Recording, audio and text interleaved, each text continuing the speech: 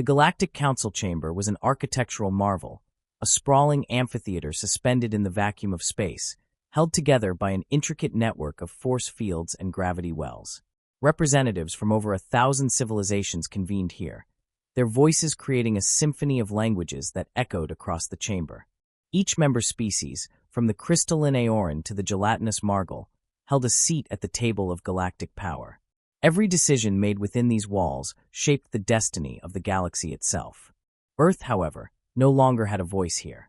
Earth stands accused of reckless expansion, exploitation of resources, and failure to adhere to the principles of interstellar cooperation, declared High Arbiter Velker, his elongated, luminescent form shimmering under the chamber's light. His voice was measured, cold, and devoid of sympathy. The Council has reached its decision. The humans are hereby expelled from the Galactic Council, effective immediately. A murmur rippled through the assembly, some voices tinged with satisfaction, others with concern. Humanity's representative, Ambassador Maravos, stood in stunned silence. Her dark eyes betrayed a storm of emotions, shock, indignation, and simmering anger. She struggled to keep in check. "On what grounds?" she demanded, her voice steady but edged with steel. Velker's gaze hardened.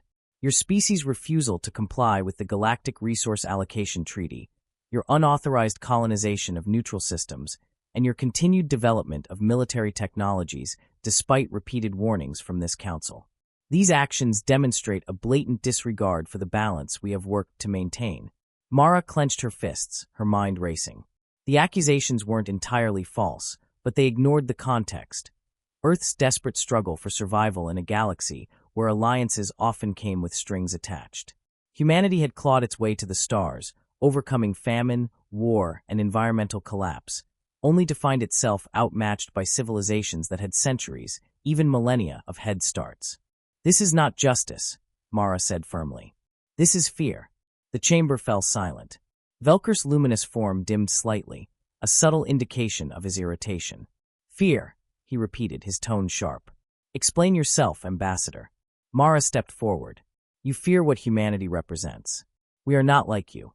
We don't have eons of stability or vast reservoirs of inherited wisdom. We are young, yes, but that youth drives us to innovate, to adapt, and to overcome. You call it recklessness, but it's what has kept us alive. And now, because we refuse to be constrained by your rules designed to keep younger species in check, you cast us out." Her words hung in the air, a challenge no one dared to respond to. Velker, however, was unmoved. "The decision is final. Humanity is no longer a member of this council. You may leave." The journey back to Earth was a somber one. The small delegation aboard the Dauntless, one of humanity's most advanced diplomatic vessels, traveled in silence, their defeat weighing heavily on them. Maravos sat in the command seat of the observation deck, staring out at the stars that stretched endlessly across the void. Each point of light was a reminder of the countless civilizations that had chosen to abandon Earth, to turn their backs on the species that had fought tooth and nail to earn its place among them. How could they do this? Lieutenant Eric Thorne broke the silence, a junior member of the delegation. His voice was filled with frustration. "We've done nothing that half those species haven't done themselves at some point in their history." "Because we're the outliers," Mara replied, her tone sharp yet weary. "We're not part of their system. They've had centuries to form alliances, to establish dominance. Humanity disrupts that. They don't want disruption. They want compliance." Eric shook his head. "So what now? They've exiled us from the council. Are we just supposed to roll over and accept it?" Mara's lips curled into a faint, bitter smile. "Accept it? No. Earth has never accepted defeat. Not when our planet was dying. Not when we faced annihilation from within and without. This is just another challenge." She rose from her seat and turned to face the delegation. "The council wanted to sideline us, to relegate humanity to the fringes of galactic affairs. But they've underestimated us. If they think we'll fade quietly into the background, they're wrong." When the Dauntless docked at Earth's orbital station, Mara was greeted by President Elena Hayes, a leader known for her pragmatic resilience.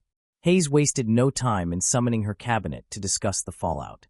The mood in the room was tense as the delegation relayed the council's decision. "They've made it clear," Mara said, addressing the gathered officials. "They don't want us in their club. Fine, we'll build our own." The room buzzed with whispers, but Mara raised a hand to silence them. "Think about it. The Council thrives on unity, but that unity comes at a cost: rigid rules, slow progress, and a system that favors the old and established. What if we offered an alternative? A coalition based on merit, innovation, and mutual support. One where emerging species have a real chance to thrive. Hayes leaned forward, her steely gaze fixed on Mara. You're proposing we challenge the Galactic Council directly? Mara met her gaze without flinching. I'm proposing we offer the galaxy something better. There are countless species out there struggling like we did, trapped by the same system that now seeks to crush us. If we unite them, we don't just survive. We lead. The room fell silent as the weight of Mara's words sank in. Slowly, one by one, the officials nodded in agreement. Then it's decided, Hayes declared. We'll forge a new path, one that belongs to humanity and those willing to stand with us.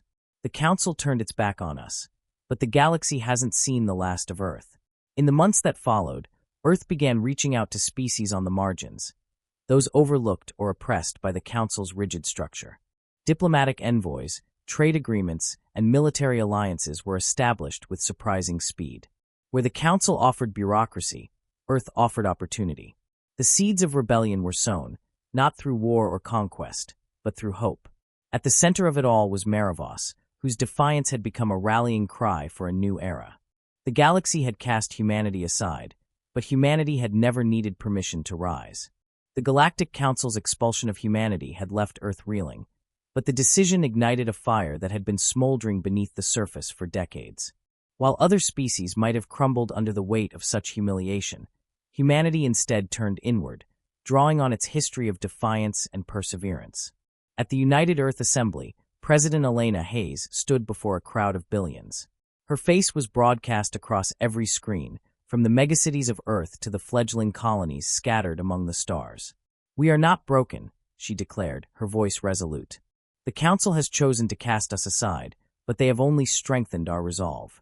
Today, we begin the work of building a future on our own terms, a future where no species will be silenced or cast out simply for striving to survive. The speech marked the beginning of a new era. With the Council's restrictions no longer binding them, humanity embraced the opportunity to innovate freely. Projects that had been shelved due to Council regulations were resurrected, from advanced terraforming technologies to experimental energy sources. Earth became a crucible of invention, its brightest minds working tirelessly to turn their isolation into strength. Meravos, now Earth's appointed ambassador at large, took on the daunting task of forging alliances. She traveled to distant star systems, meeting with leaders of species that had long been marginalized by the Council. Her first stop was the Grayan Confederation, a collection of insectoid species living on the fringes of the galaxy. Though technologically advanced, the Grayan had always been treated as second-class members of the Council due to their resource-poor home worlds. Mara's proposal to the Grayan leaders was simple: partnership. You've seen how the Council operates, Mara said during a meeting with Grayan Chancellor Vortic. The aliens' multifaceted eyes reflected the holographic map Mara had projected, a vision of trade routes, shared resources, and mutual defense pacts. They thrive by keeping species like yours in a perpetual state of dependence. Join us, and we'll build something better. A coalition where every member has a voice and a stake in its success. Vortic considered her words carefully, his mandibles clicking softly. The Council will see this as rebellion, he warned. Mara's lips curled into a faint smile. They already think we're rebels. The question is whether we stand alone or together. After days of negotiations, the Grayan agreed to a tentative alliance, marking the first of many victories for Earth's fledgling coalition. Back in Council space, whispers of Earth's activities began to spread. Reports of humans forming alliances and offering advanced technologies to marginalized species reached the ears of Council leaders. High Arbiter Velker summoned an emergency session to address the growing threat. The humans are not content to accept their exile, Velker declared, his crystalline eyes scanning the assembly. They are sowing discord among the galaxy's weaker civilizations, undermining the very stability we have worked to maintain. This cannot be allowed to continue. The Council debated fiercely. Some members, like the conservative Zarthans, called for immediate military action to quash humanity's defiance. Others, including the pacifistic V, urged caution, warning that open conflict could destabilize the galaxy further. Ultimately, the Council decided to increase surveillance of Earth and its allies while imposing economic sanctions on any species suspected of collaborating with humans. But the sanctions had an unintended consequence. They drove even more species into Earth's orbit, seeking refuge from the Council's oppressive tactics. Within a year of its founding, Earth's coalition, now officially named the Coalition of the Free, had grown to include dozens of species. The coalition's members ranged from the hardy amphibious Tilnari, whose swampy homeworld had been plundered by the Council for centuries, to the inventive nomadic Gennari, who had been denied a seat on the Council due to their lack of a permanent home. What united them was not just their shared grievances, but the vision humanity offered, a galaxy where cooperation and innovation took precedence over hierarchy and control. At the heart of the coalition was Earth itself, which had transformed into a hub of activity. The once struggling colonies on Mars and Titan now thrived as centers of trade and diplomacy, and Earth's shipyards worked around the clock to produce vessels capable of defending the coalition's members. Meravos stood on the observation deck of Earth's newest flagship, the Resolute Dawn, watching as a fleet of coalition ships assembled for their first joint exercise. The sight filled her with a sense of pride and purpose. "They wanted us to disappear," she said quietly to Eric Thorne, now her second in command. "Instead, we've become something they can't ignore." Eric nodded, his expression serious. "The Council won't stand by forever. Sooner or later, they'll come after us." Mara's gaze didn't waver. "Let them. We'll be ready." The Galactic Council's patience had reached its limit. As reports of the Coalition's growing strength flooded the chamber, High Arbiter Velker convened another emergency session.